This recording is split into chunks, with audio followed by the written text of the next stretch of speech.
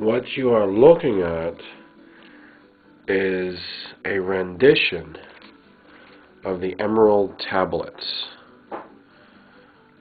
See? It's the Emerald Tablet. And these letters that you see, these glyphs, are actually Atlantean characters. These are Atlantean, the language of Atlantis. We're going to talk about Atlantis today. Amazingly enough, I never talked about Atlantis. Maybe I mentioned it in passing. But this entire video is going to be about Atlantis, and I'm going to get into the Emerald Tablets, which is,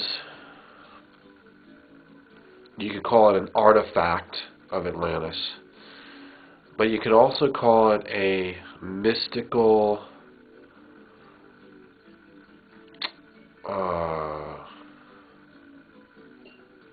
I don't want to call it a relic because it's still alive, it's still useful. It's a mystical masterpiece. You see, an archaeologist would call something a relic or an artifact. This is not. This is a tool. This is a magical device. It's the Emerald Tablets. Let's go back and talk about Atlantis first. Atlantis is like this mythical civilization that nobody seems to believe in completely because there's lack of evidence. It seems to be just a legend. It's just some kind of a fictional story that may have come through some of the ancient cultures of 4,000 years ago, or 3,000 years ago. The primary one that we think of in the Western world is the Greeks, the ancient Greeks. What did the ancient Greeks think of Atlantis? Well, one of the Greeks, whose name is Plato, wrote an entire work. And in that, he described Atlantis. And this is where a lot of the information comes from in the modern world. The information that the scientists accept. But there are many more works other than Plato. And this translation of the Emerald Tablets is by a writer known as Doreal. This is his interpretation and his translation of the Emerald Tablets. Wow. So you thought Plato was the only one who could tell you about Atlantis. Not so. Now I'm going to give you this basic premise right here. This is big, so listen carefully. Atlantis is connected with ancient Egypt.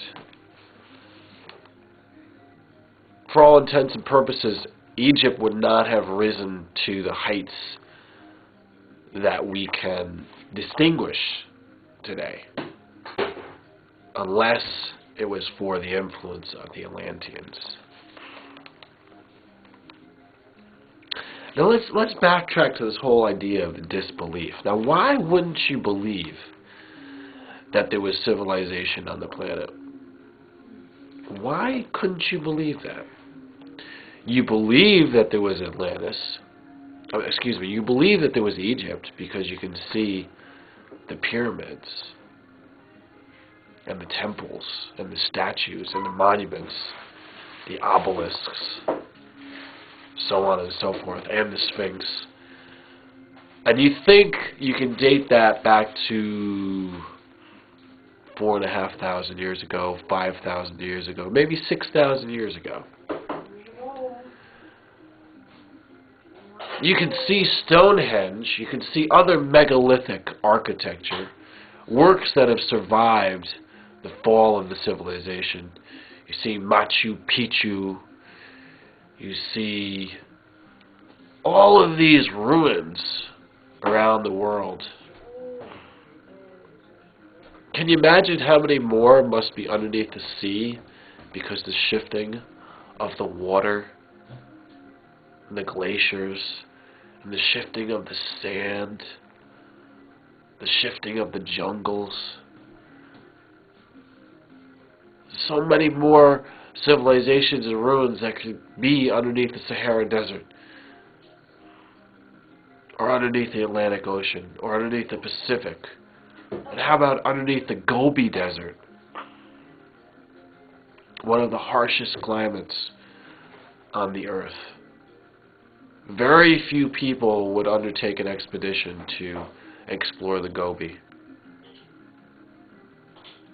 It's virtually unknown. And imagine what kind of civilizations must be underneath the ice on the continent of Antarctica. Now, we don't know anything about these civilizations, and yet many of us are going to be in disbelief of Atlantis. How could information be passed down for thousands and thousands of years without any physical evidence? You don't want to believe that, do you? Well, I do. Because I'm not closed-minded. I'm not arrogant like that. I don't go around thinking that this modern Western world is the highest the earth has ever been to. Really? This is the highest? The shit that we offer now, the pollution, the wars, the starvation, the ignorance, the cheap thrills, the fast food, this is the highest that civilization has ever been on the planet? Pointing nuclear missiles at everybody, and bio-warfare, chemical warfare. This is the height that we've risen to. It's never been higher than this, right? I've never heard anything that could be so arrogant and ignorant at the same time. Mohandas K. Gandhi once said, Western civilization? That would be a great idea. In other words, we aren't civil. And to think that in all the history of this planet, even the scientists say that this planet's been here for billions of years. Well, if it has, how can you tell me that before 5,000 years ago, there wasn't anything, there was no people, there was no organized culture? No, it's just garbage. It's a garbage theory. And that is the starting point for you to wake up to the idea about Atlantis being here. It was the height of civilization in prehistoric times. Prehistoric.